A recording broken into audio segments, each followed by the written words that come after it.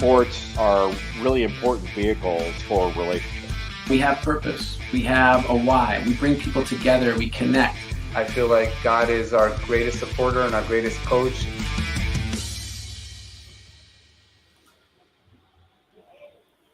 Welcome to Rabbi on the Sidelines. I'm Rabbi Ernie Sherman from Sinai Temple in Los Angeles. This week we are joined by a true legend in the sports broadcasting field, in the faith field, a true mensch, as we like to say, just a wonderful person. 7-time Emmy Award winner from Inside the NBA on TNT, Major League Baseball on TBS, author of an amazing book right here, Unscripted, The Journey of Faith and Sports, and Ernie Johnson. Ernie, it's so great to have you on Rabbi on the Sideline. Thanks for joining. Eris, thank you so much, man. I've been looking forward to this so much. I can't wait to get going. Well, I want to actually begin last March because that's when I reached out to you because I realized this faith journey and the sports journey connected.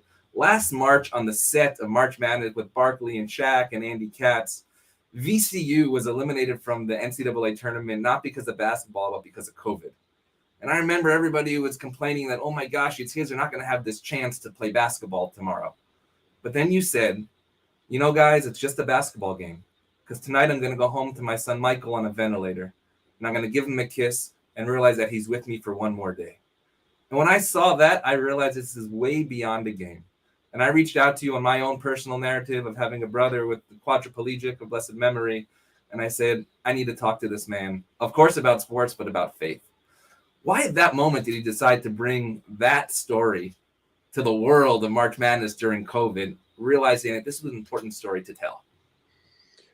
I think because it's important for us all to realize that we're kind of, in my line of work, we're in the fun and games department. You know, I began my career as a news guy. You know, I was in the local newsroom, and there you're dealing with things every day that are oftentimes, you know, a life and death situation. And then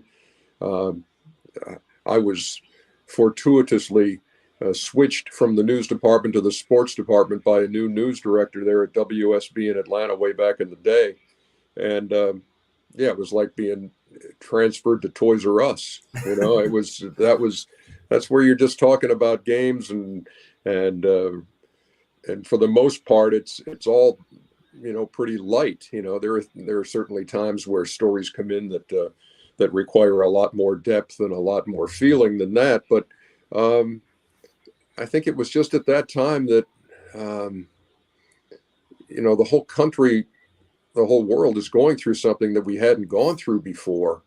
And I don't know, that just comes out sometimes. It's just, you know, the things that really matter, you can't just put them aside because you're doing a job as a sportscaster. And so that's where that came from. And it's, you know, if my dad taught me anything from his years as a broadcaster, the most basic thing he ever told me was be yourself.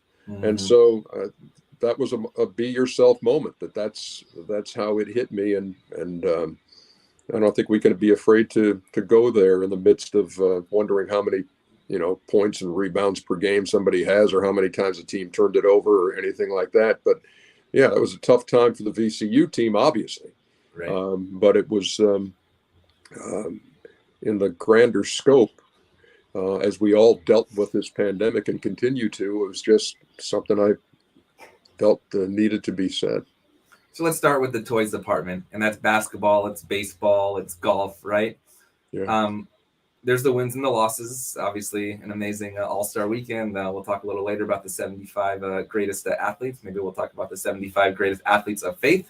But what do we get out of sports, especially in today, right? What does it mean to us as a country? Because, you know, you are often the last voice that we hear before we go to sleep. Right? I apologize for that too. Sorry. No, it's a blessing. But what is the greater meaning of sports? Yeah, I've always referred to it as just a pleasant distraction. There's enough going on in the world that we you just need a break. And I think that's what we try to provide, especially on Inside the NBA, you know, where I'm working with Shaq and Kenny and Chuck, that if you've had a rough day, maybe you just need a few minutes where you're going to laugh and watch a couple of knuckleheads clown on each other, you know? And so I don't put it on any kind of a pedestal as, oh, that we're doing the most important thing in the world. We're not. We're just four guys sitting around talking about basketball, and oftentimes when that strays from basketball, that's where the hilarity ensues. And so I just think we are a distraction, and sports on its own, I think, provides a lot of valuable life lessons, no matter how old you are. Things about loyalty and perseverance and overcoming obstacles and that kind of thing. So sports has those messages, but I also just think that, when we do our show, it's, hey, take a break from whatever's, bugging you or dragging you down. And maybe we can give you a little bit of relief here for a few hours when we show you a doubleheader. So you actually talk about often that it's all improvisation. Obviously you have material. You say that you have more material than we can ever imagine, but just take us maybe just a few moments about, on the set, it's about the game. It's about just four guys, hanging out in the man cave. But what do you try to get across to the audience, whether it's through a game or through conversation? I think number one, you know your role on a show. And so I'm sitting here with three guys who have done just about everything conceivable. In fact, they have in a basketball game. So if you want insight into what a team is talking about with 1.6 seconds to go in the game, down by one, these guys know what that is. My role on that is to get everybody their touches, make sure you hear from everybody, and preparation for me is what it's all about. I mean, I keep a daily log of every game played in the NBA. I keep a bunch of my own stats to go along with what Joe Underhill, Underdog as we call him, provides me from his research post. And I'm reading articles and reading quotes and just kind of in my mind saying, boy, if I throw this out there, I know how Chuck's going to react to it. And Shaq will probably do this. So I'm just kind of looking for fodder that's going to further the conversation or spark discussion. And so that's, I think that's kind of how I approach it. And then most of the stuff that happens that maybe people are talking about the next day or blowing Twitter up about is really organic. I mean, there have been times, Shaq once, I referred a few seasons ago to a game that was going on in Oakland between Golden State and somebody. And we're live on the air and Shaq says, why do you keep saying Oakland? I said, because that's where they're playing the game. And he said, I didn't know that. I thought they always played in San Francisco. and we're like, you played in the league for 15 years. What? And you didn't? He said, no, I go to the hotel, get on the bus, and I thought we were playing in San Francisco. So you can't draw that up in a production meeting. That's right. Just stuff that happens. And so I think that's the beauty of the show. We don't rehearse anything.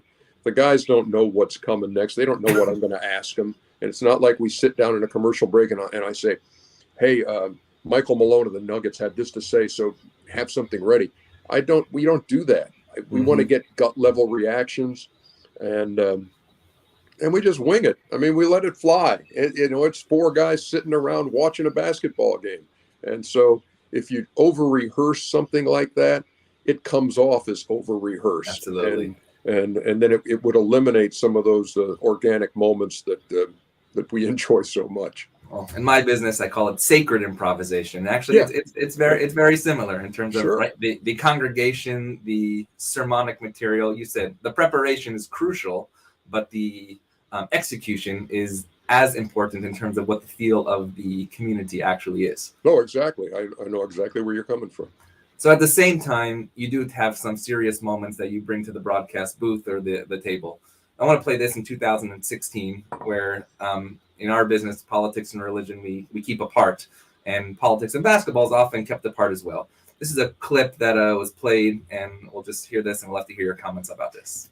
I know you're not supposed to talk about politics and religion, but we're already talking about politics, and so I'm going to go the R direction too. I never know from one election to the next who's going to be in the Oval Office, but I always know who's on the throne. And I'm on this earth because God created me. So you went the R route. Maybe you can talk about the R route. And again, you brought it there, and tell us what were you thinking in that moment if it was not rehearsed, and why was it important to bring it then? Well, you know what? It was, we have been unafraid to go off the grid for a sports show in terms of talking about social issues. And I think a lot of that comes from when Charles came on board, because Charles has always been outspoken about everything and has never been shy about sharing his opinions. And so when we do that, we knew going in that, in a 10-minute pregame show, we're all going to have like 2 minutes to talk about the election. And so all I could do, again, is be myself. And I wasn't going to use that 2 minutes to say, wow, can you believe what happened? Wow, what a surprise. Or, something really vanilla. I was going to go where I was going to go, because I heard a lot of people talking, and were concerned and were mad, or they were happy, or whatever. And so I said, here's how I process the election. And I went farther than just go the R word. I talked about the fact that, hey, I follow this guy named Jesus. You might have heard of him, and so the whole thing was just me being me, and me being honest with the viewers. And whether or not, I'm not trying to say you need to agree with me or anything like that. I'm just saying this is how I'm processing it. That look, I didn't vote for this guy, but I also realized that the ultimate power does not reside in Washington, D.C. And so that was really at the heart of what I wanted to say. And what was crazy, Eras, is that, I mean, by the time I got back to my office, I just looked at my Twitter feed, and it was exploding. And it was overwhelmingly positive. In fact, our social media folks came downstairs and said, man, people are loving this thing. And certainly there were detractors and people who told me I was out of my mind.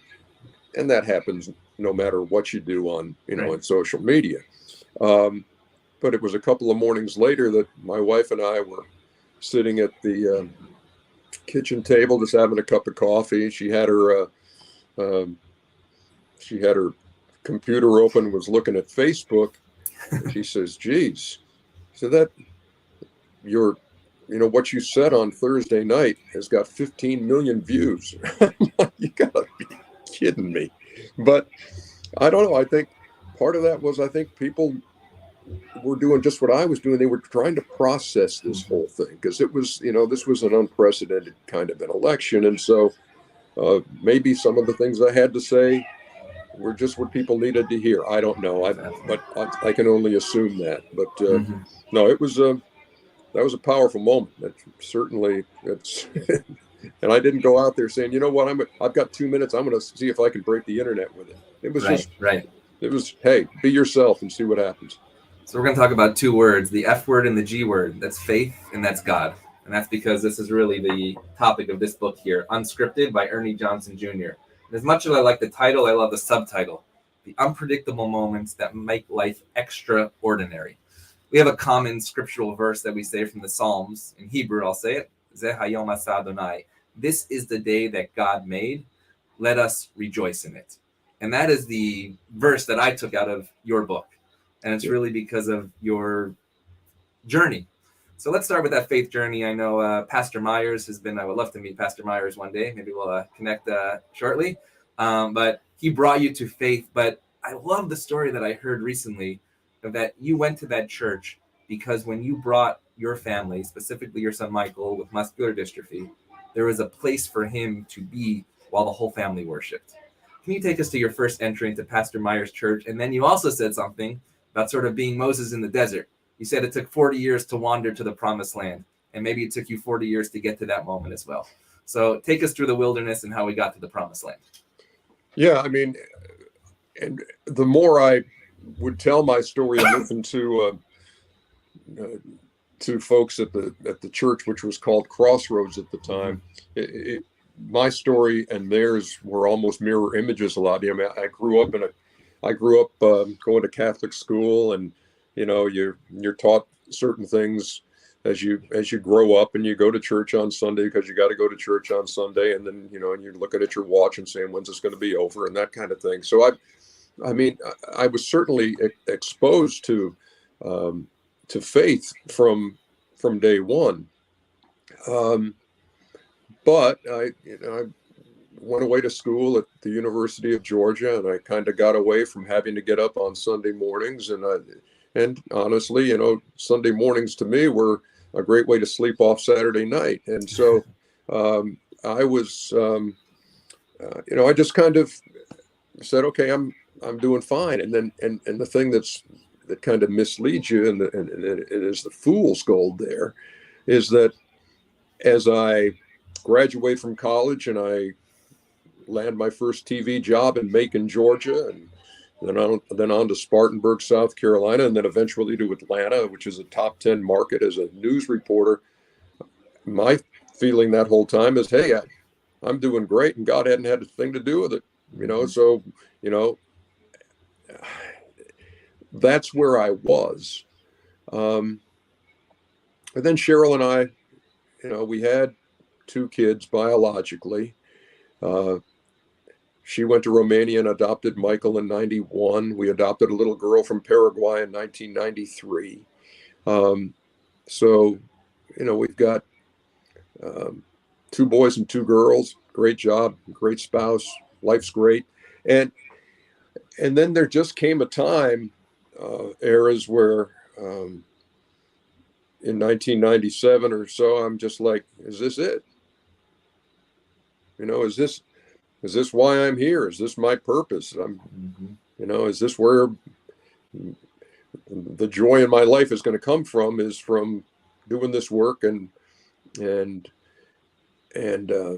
so we decided to kind of explore, and the kids, the kids would be playing with in the neighborhood, and the kids would be talking about, hey, they went to their Bible school, and they went to their Wednesday night service, and they're talking about these characters out of the Bible, and my kids don't have a clue who they are, and then they're saying, hey, how come we don't go to church? And so Cheryl and I were like, okay, look, we're going to try to give these guys some spiritual foundation.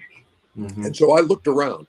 I was out on a Sunday drive, just kind of checking out a few churches that I had seen, and I stopped by this non-denominational, and to me that was a, what do you mean non-denominational? Okay, so I checked this place out, and it looked like, hey, this might be doable. And this is when we find out that, they have a person who takes care of special needs kids. Wow. Because, Michael's, it's hard for him to get around, and he needs attention. And so we said, we'll try it out. And the funny thing is, we go there to give the kids some spiritual grounding. Right. And that first Sunday I'm in there, Kevin Myers is preaching, and he's just got this wonderful way. I mean, and he's just a guy like me, he's married, he's got a few kids, and he's about my age, and knows the Bible back and forth, but he made it so relevant. And I'm sitting here just being pierced where I'm sitting, because he's talking about, who's the provider in your life? Yes. Are you pursuing wholeness or happiness? And I'm like, I'm the provider, and I'm looking for happiness. And it's like, okay, you missed those first 2. And so I just dug deeper into that. And then a few months later, I just, the church was pretty small at that time. You could talk to Kevin after every service. And I was like, God's messing with me, man. What am I doing? And he said, well, let's sit down and talk. We went for lunch at a place called O'Charlie's, and I had this southern fried chicken salad with honey mustard on the side and a sweet tea. And at that same lunch, we just kind of joined hands, and I prayed to accept Jesus Christ into my life. And it changed everything for me, and it gave me a purpose, and it allowed me to see that even in those years when I wasn't paying a bit of attention to God, he had his eye on me. Yes, I love that. When we weren't paying attention to God, God was paying attention to us. And you write in your book, trust in God, period. Yeah. Trust in God, period. And you have a clip that I'm not going to show right now, but in telling Michael's story, I believe it was to the employees of Turner, that you talk about the woman at the Romanian orphanage that basically says, don't take this one. Don't take this one. And Cheryl actually calls and says, we're taking Michael. And you provide, as you said. Are you the provider? Are you finding happiness or wholeness? In the life and the years that Michael was given to you on this earth, how did you find that wholeness in his life that was often physically broken? Yeah, I mean, you go back to that day in the orphanage, because I'm at home. I'm in Atlanta, and I've got Eric and Maggie. At that point, our two kids, and and we're going totally unscripted at this point. We're saying, if you stick to the script, it's like, hey, mom and dad, a boy and a girl, don't mess with it. And this is what this is what folks want. But Cheryl had been so drawn to the plight of these Romanian orphans by watching an ABC News 2020 that, we decided, let's add to the family and let's give a kid another shot. And she went over there with no idea if she would come back with a child or anything like that. I mean, the situation was very unsettled there, but it was, that's exactly what happened. I mean, the first orphanage she goes to, they bring this little kid out who's nearly 3 years old and can't walk or talk and has a foot that's totally turned in. He makes noises the nurse who handed Michael to Cheryl Ann said, don't take this boy, he's no good.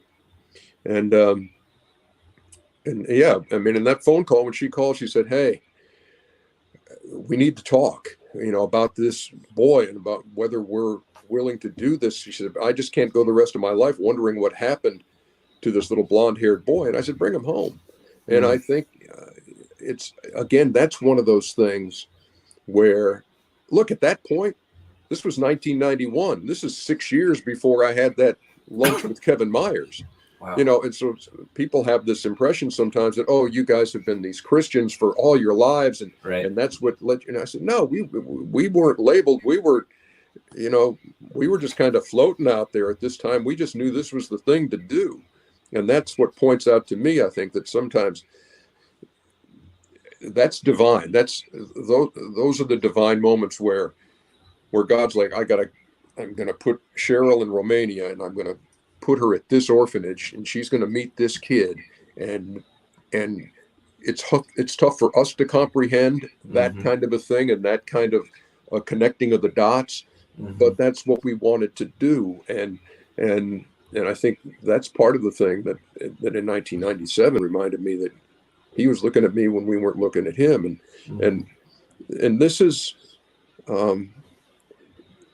the thing about raising a special needs child like Michael, who he wasn't supposed to get out of his teens when you got muscular dystrophy, and many, many families out there know that's, look, there's no cure. And so you don't know how long you're going to have him. Somehow he lived 33 years, 30 of the last 30 of them with us. But what his presence did, and where the wholeness comes in too, is that when Cheryl and I woke up in the morning, we were immediately put into a servant mentality.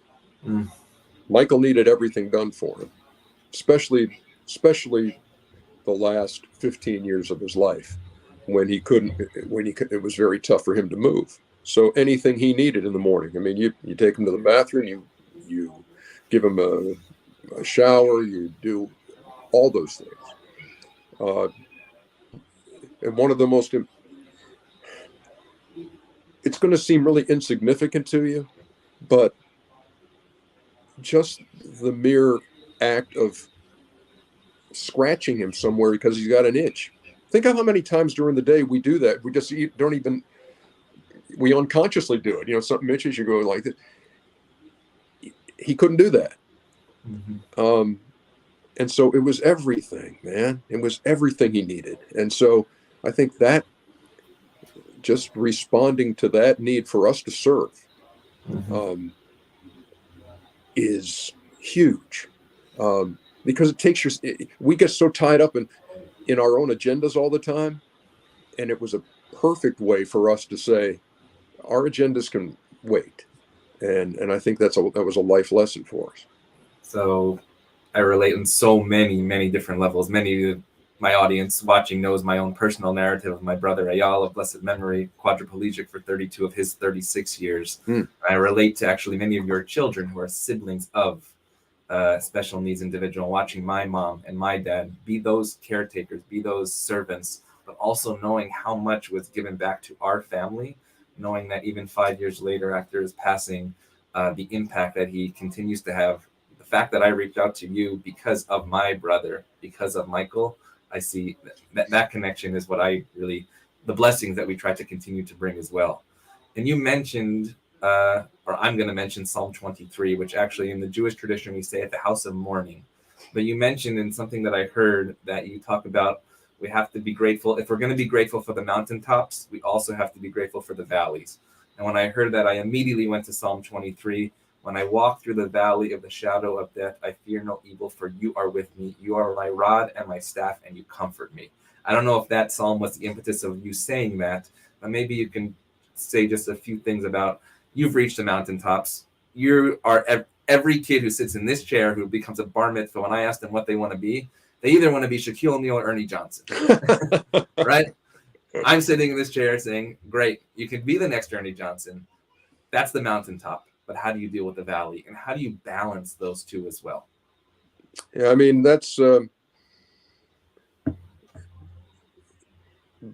really heavy question. And I think only when you go through both do you have some kind of a comprehension of it. And so look, dealing with Michael was one thing. He brought us such an incredible amount of joy because of his some of the limitations he had, in terms of developmental delays and that kind of thing, in addition to the muscular dystrophy. But his whole thing, he had this kind of a Rain Man like memory of cars. Where he could tell you you tell him what you drive, he'll never forget it. You could see him 10 years later and he'd tell you what you drove. But he also said, love you too. Yes. And I think that's because he was being raised in our household, where that was said all the time. Mm-hmm.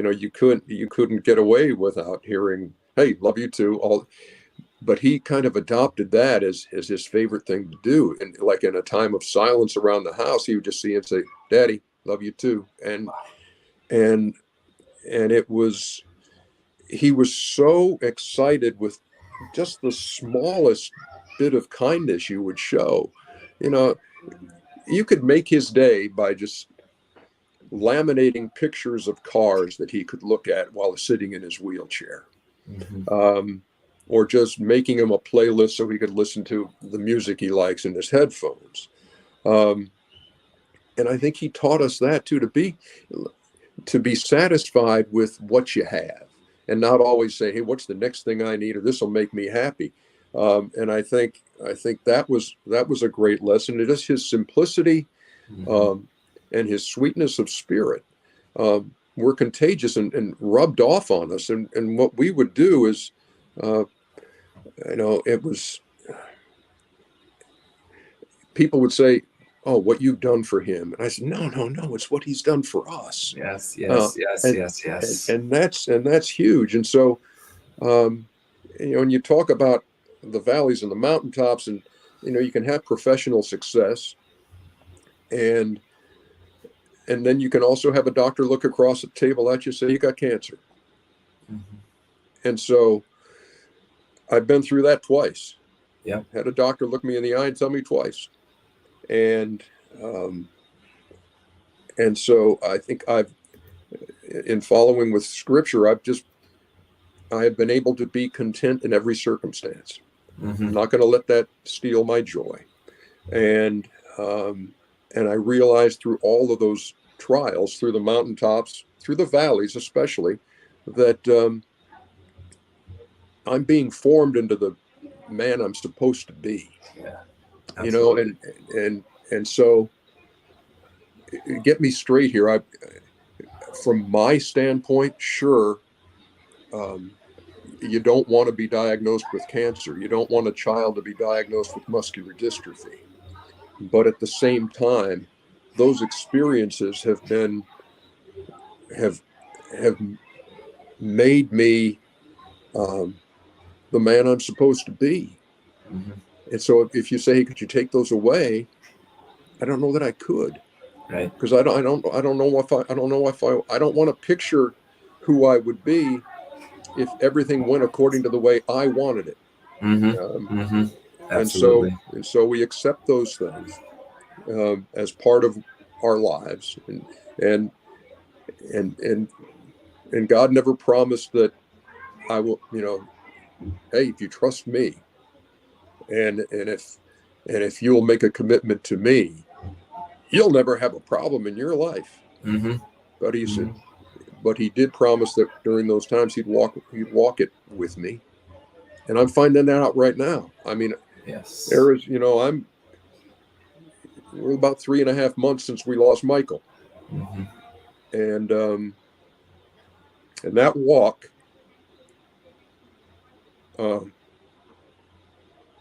is easier than some days than it is others, because some days I'm really limping.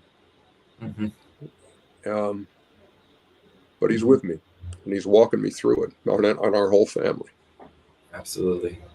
I want to go back to what you said about Love You Too, because that really just struck me. I know you gave an impassioned speech to Alabama with Nick Saban. I love the line that you said, when Nick Saban calls, it's not yes or no. It's what time will I be there? Yeah, exactly. But that speech was also given to the Turner employees. And I just want to share a little clip about Michael and the basketball team. Again, we're just getting to know each other. But actually, when I was in high school and my brother was in a wheelchair and he wasn't on my varsity basketball team, but he never missed a game. And there was one game where we have a very small gym in Syracuse, New York. And literally with his electric wheelchair, I don't know why he did this, but drove on the court and it stopped the fast break and we won the game. I'll never forget that miracle that happened. When you said God provides miracles, it happens on the court too. But this is Michael and Love You Too and what it means in terms of finding value in everybody. And he gets out there and they give him his blanket and stuff. And the crowd cheers, and I look up in the student section and they're standing like this.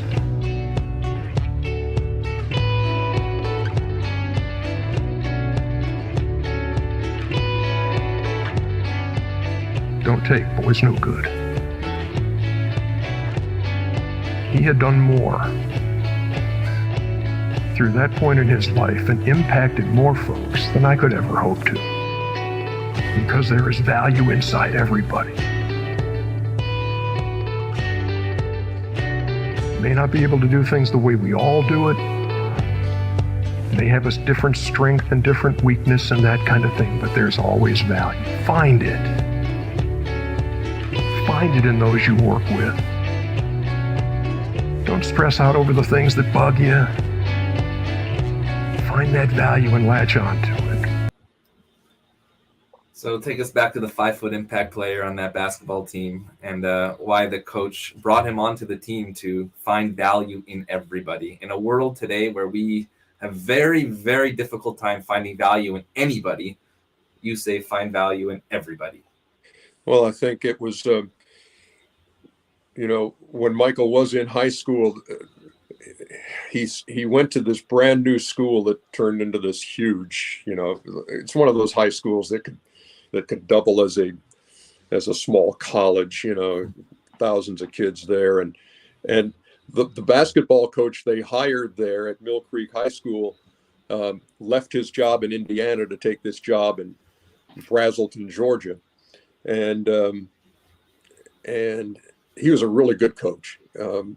And basketball, in Indiana, basketball is king, so he's gonna leave basketball country and come down to football country down here in Georgia, where football on Saturday is religion.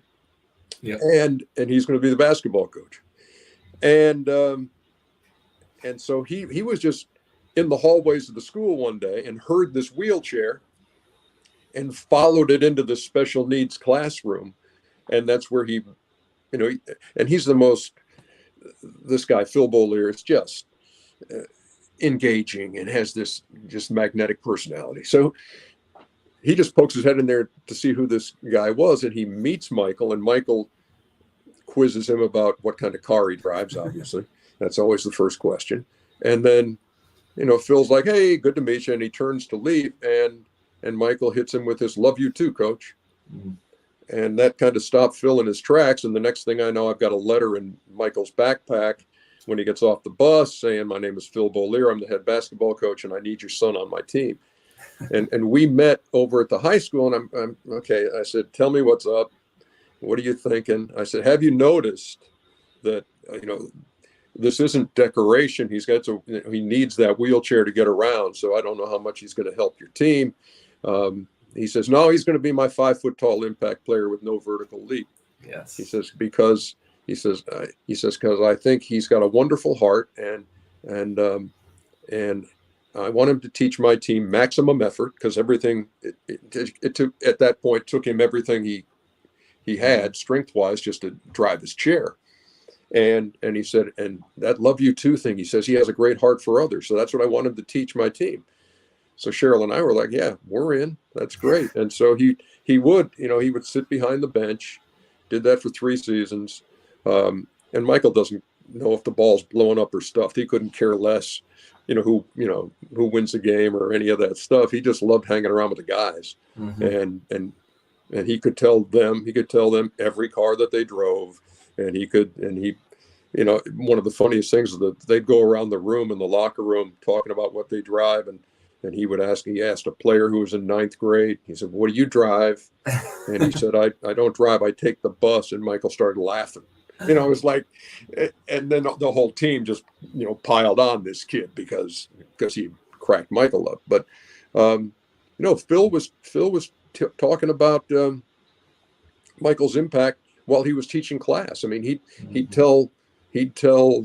stop in the middle of a history class and say, "I got to tell you a story about this guy, Michael Johnson." And he would tell Michael's story from Romania. And he's the way he put it, he said, "Hey, we got a lot of sign language going on in this high school in the hallways." He said, "and most of it involves one finger, and the kids were all like, 'Yeah, that's true.' And he said, 'Well, instead of that, try this.' He says, 'Anybody know what that is?' And, get funny looks. And he said, it's "I love you too." It's "I love you." It's "I love you." And if you poke your index finger, tilt the index finger at somebody, it's "I love you too." And so he was teaching that while he was teaching class. And that's what led to the student section standing up like this on senior night. And that just brought me to my knees, man. I mean, it was like, and that's another one of those, look, only God takes a basketball coach from Indiana, sticks him in little old Brazelton, Georgia, and hooks him up with some Romanian orphan, and then teaches a school this. So, it was an amazing time in Michael's life, and we were forever grateful. They have an award called the Michael Johnson Heart for Others Award that still is handed out at the end of every basketball season. And a couple of years ago, I had Michael out at a fast food place just grabbing a little something, and at that point, Michael couldn't chew or anything like that. He would you would dip a French fry in sauce and let him taste the sauce, and he loved doing that. And so we're doing that one day, and a kid working at this place comes walking up and said, and it wasn't like, I get it a lot, kids come up and say, "Hey, are you the guy on TNT?" Or, "Hey, you're the guy on the 2K video game." No, this guy came up and said, "Is that Michael Johnson?" I said, "Yeah, it is." He said, "I won his award last year at Mill Creek." Wow. Jeez. And I was like, wow. I said, "Well, this is the guy. This is the guy. So make him proud."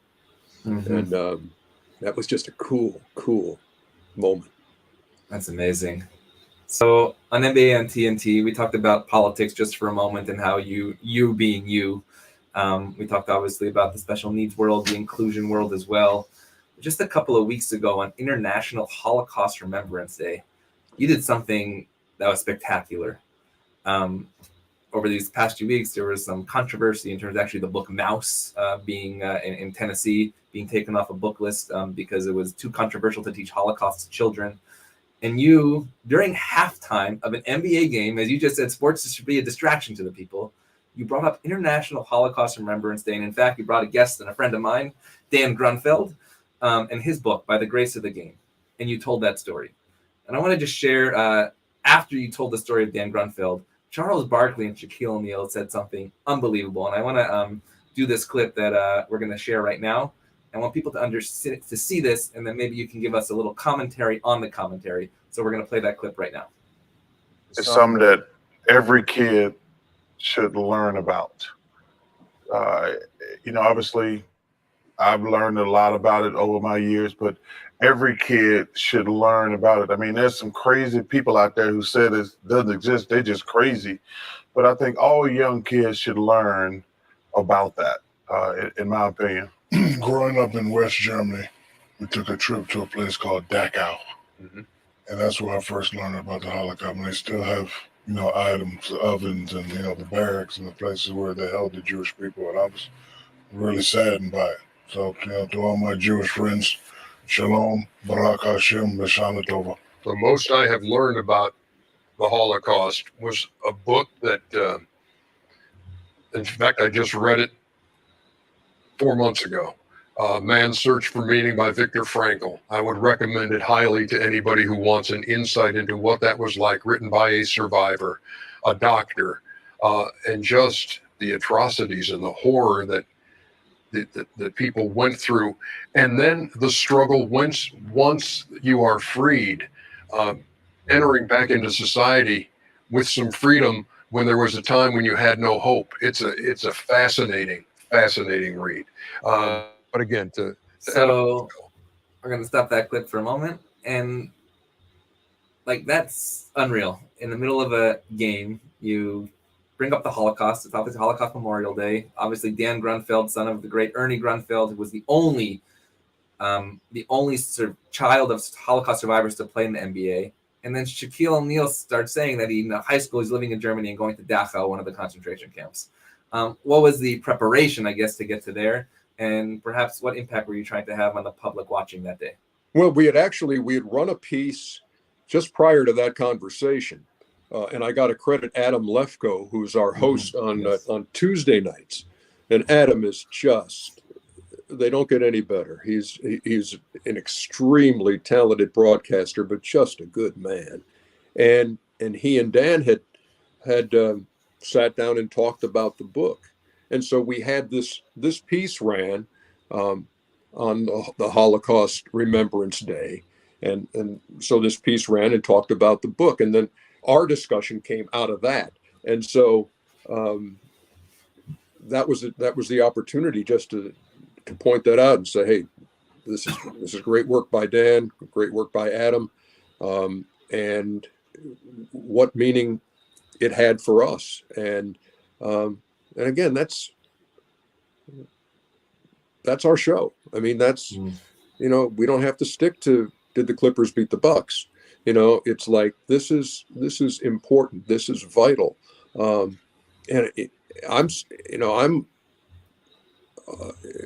It's tough for me to say, look, it took me that long before I read the book, before I read Viktor Frankl's book. What was the inspiration to read that book 4 months ago? You know what? I've got some close neighbors who live near us over here in Brazelton. And we were all together by the fireplace one night, just kind of sitting around talking. And somehow that book came up. Wow. And my buddy, who's a little older than I am and has been a coach at the college level and in the NFL for years and years, his name is Rip Shearer. He's an awesome dude. And so Rip says, oh, no, I mean, man, you got to read Man's Search for Meaning. Viktor Frankl, he said, I read it, back when I was a teenager.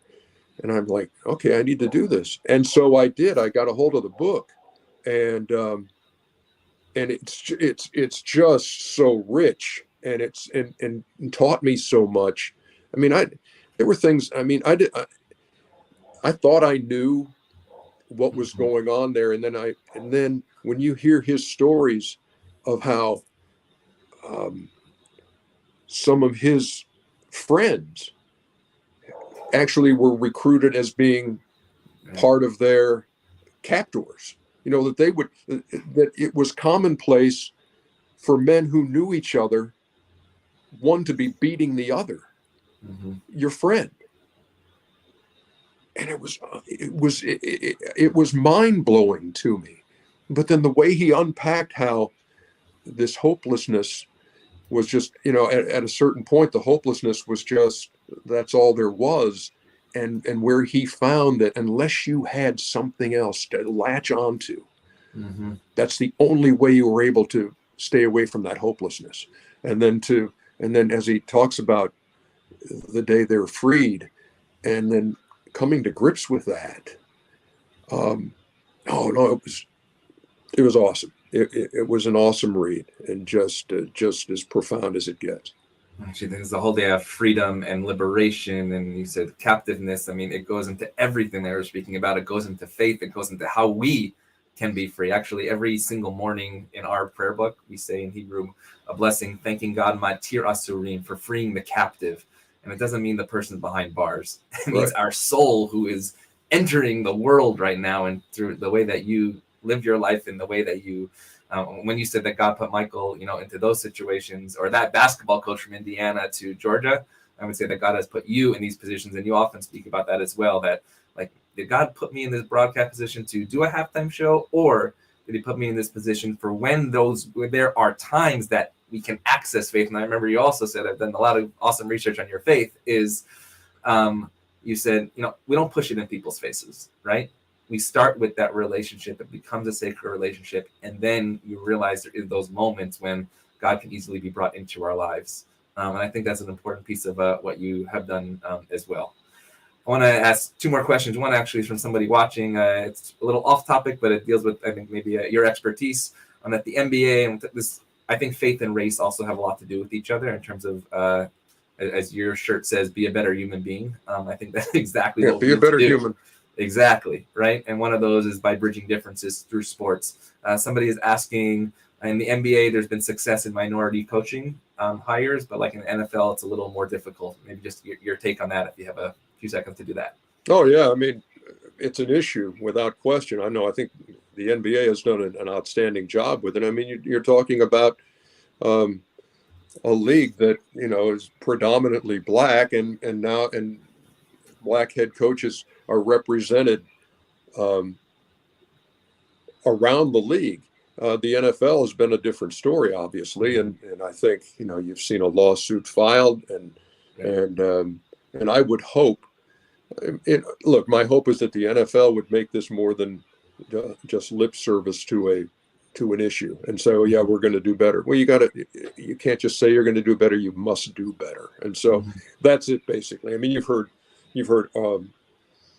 people talking about this for weeks and weeks, and I have nothing really to add to that aside from the fact that there's a problem there. Fix it. You got it. And then this past weekend, All-Star Weekend, obviously you did an amazing job on the bongos. Just want to point that out. But the 75 greatest NBA players of all time were honored. And I asked you earlier, is there a top 5 group of players of faith that you maybe have seen that lead to be a better human being? And I don't mean just the faith in God, but maybe how their actions actually meet their beliefs, or what you've seen in the locker room, off the TV, things that we don't see, that you say, you know what, this person is a person of faith that can also help us lead. Wow. That's a hard question. It's all improvised, right? That's what you say. Be you. Yeah, it is.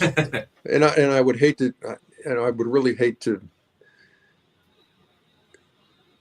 name somebody or say, well, this guy's really got great faith. I mean, I don't know enough guys that tightly in the league to say, oh yeah, this guy's, but I mean, I think Steph's a guy of great faith. I think Magic Johnson is, Magic every year at the beginning of when we do the Legends Brunch, which is like my favorite part of All-Star Weekend, where they're all gathered and we, some awards are given out and that kind of thing. But every time Magic takes the podium, I'll introduce, hey, this time All-Star, this Finals MVP, et cetera. And he always says, "Good morning. God is good, isn't he?" And I love that. I think rather than pinpoint a bunch of guys in the league, there are a bunch who are unashamed to point out that, hey, God's got me here, and they'll point it out in a post-game interview. They'll point it out by what they do in the community, by putting others first, by serving. And so rather than try to list guys and say, these guys are really, I would just say the number is many, and it would be impossible for me to knock it down to a top 5. Beautiful, beautiful. And so a closing message, perhaps of faith, perhaps a blessing. As I said, children love sports. Adults love sports. As I said earlier, you are the distraction, but the blessing that you give us through what you do, through Shaq, through Barkley, through Smith, through everything that you do. And first of all, I have to say you do it through love, but also this morning we have seen that you do it through faith. And first of all, from our own community, from me personally, just comfort to you and your family. I know during this difficult time of mourning and grief, knowing that we, the American people who watch you every single night, really stand with you as well. And so that's our blessing to you. And perhaps to conclude, you want to give us a blessing to continue on our faith journey going forward. Yeah, I mean, look, this is, I know we get so tied up with the things that we have to do on a day in, day out basis. And we get so, you're just trying to stay afloat sometimes. And it's tough sometimes to look out at others rather than look in at what your agenda is. And we're always in a hurry. One of my favorite, he's called a philosopher, he's called a theologian, is Dallas Willard, the late Dallas Willard, who, there was a book I read by John Ortberg, who was a pastor at Menlo Park out in San Francisco area. And he was tight with Dallas Willard and wrote a book called Soul Keeping, in which it just talked about the value of the soul and to maintaining it and the key, Dallas Willard said, the key to the biggest roadblock to the spiritual life is hurry. And he said, you must ruthlessly eliminate hurry from your life. Yes. And when I read that, I was like, wow, because you know what that does? When you're in a hurry, everything's about me. It's like, I need to get here to make my flight. I need to get down here for this meeting. I need to. And when you're not in a hurry, then you recognize if you're looking to your left and your right and you're unhurried, you're recognizing that person at work who just needs 2 seconds of your time because they're struggling. It's noticing the person who just looks like they need a word or needs just to be acknowledged, have their name said, without, and not just a cursory, how you doing? See you, but to be available.